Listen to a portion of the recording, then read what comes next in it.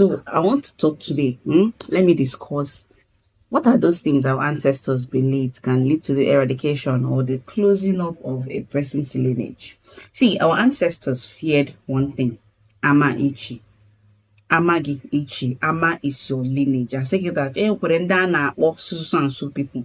When I get that fan nosy, something happened. Now, the family kept dying, something happened. Now they no longer exist.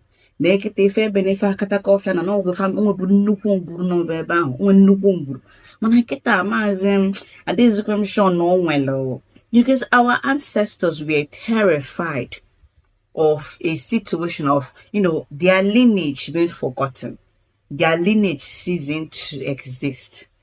So in this video, I'm going to discuss few things that could lead to ama ichi, to the closing or the eradication of a person's lineage.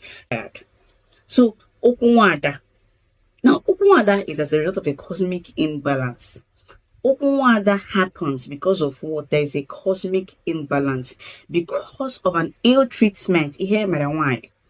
Because of the maltreatment a woman faced in her matrimonial home, the ill treatment she got from probably her kinsmen, from her brothers, from her relatives, or because she, the woman, was forcefully used for sacrifice, wanyi atoburu nienando or something. So because there is a ill treatment, there is a cosmic imbalance because of an ill treatment that was meted out on a woman, it would result into what our ancestors called Okwu Nwada. Now, that word Okwu Nwada came out from investigations, a situation whereby or maybe a man will not get to a certain, I think that in a family. Then they will go and investigate through divination. And this is where they will tell them that which is Okwu Nwada. Go and talk about a woman that was maltreated, ill-treated, and has caused your lineage to suffer and to be eradicated.